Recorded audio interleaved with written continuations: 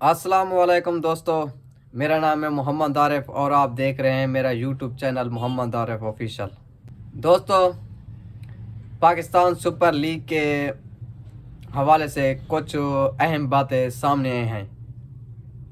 पहली बात, HBL PSL addition 11 की डायरेक्टर साइनिंग की इजाज़त मिल गई है। दूसरी और सबसे अहम बात, PSL ऑक्शन या ड्राफ्ट की तारीख सामने आई है। PSL का ऑक्शन या ड्राफ्ट 26 मार्च को होगा।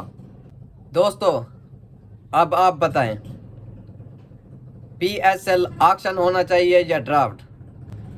अगर ऑक्शन होना चाहिए तो कमेंट करें, मेरी इस वीडियो को लाइक और शेयर करें।